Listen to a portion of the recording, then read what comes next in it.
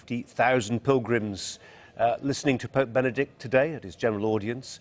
Let's think about his legacy now and the challenges indeed facing his successor. We're joined by Jack Valero from Catholic Voices. Jack Valero, a very good afternoon to you. Hello. What did you make of what the Pope had to say in this general audience today? Some people remarking on the tone. Yes, it was an incredibly moving occasion. The last audience of of the Pope, this has never happened before. A friend of mine who went to the square said he was so packed where he was, it was difficult even to clap. But, you know, he gave us so many analogies about the church, saying that it wasn't just an organization, but a family. And he talked about his own role, which wouldn't be a private role like he had before as Cardinal Ratzinger, like as if he, you know, as the retired Archbishop of Canterbury, talking about different things and giving opinions. He would retire to the monastery. And then he talked very movingly about the many people that had written to him, of all kinds, even ordinary people, many ordinary people who'd written to him, and not with any funny or good language, but just in their normal way, written to him to thank him, and he was really grateful for this. Well, ordinary Catholics, I suppose, have had a couple of weeks to get used to this idea of a papal resignation. Some people are pretty relaxed about it. There are a few, aren't there, who say, look, you can't renounce paternity. This man was the father of the Catholic Church, and you can't renounce fatherhood. Well, I think that most people now see it as a very humble thing to have done, you know, to say that he has this power, but he thinks that the church needs a younger man with more energy to run it.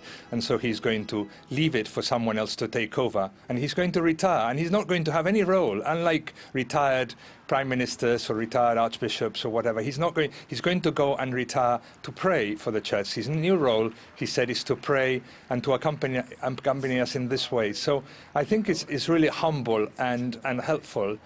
And that's what he has given to us, you know, this church to look after now. Yeah. One of the things that's been said about his legacy, Jack, is that, and it's a rather arcane subject, I dare say it's even a slightly dull one, but for people who work within the church, it's a very important one, that he's not been a great reformer of the way it works. The Curia, this civil service for the Vatican, bureaucratic, well, it has been for years, say some, but it needed shaking up, and he's not done that.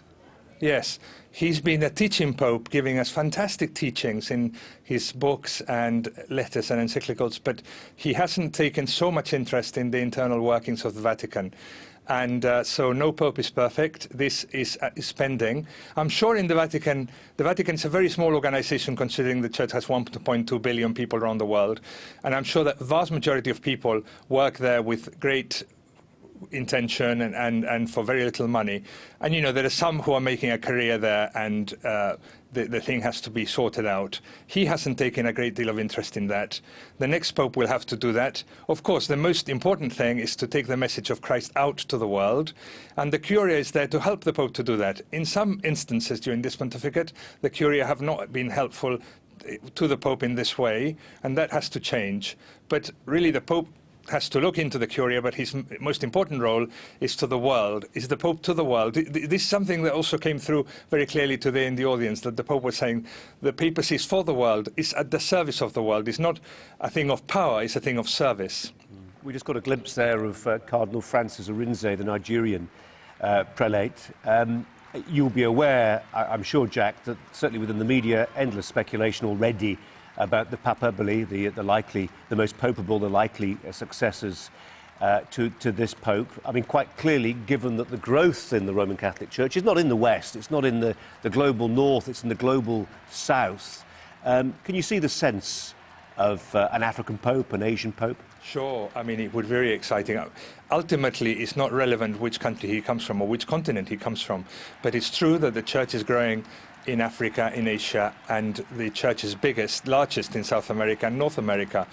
So it could be that we have a North American Pope or a South American Pope, a Pope not from Europe. We've never had a Pope not from Europe, so this will be a new thing.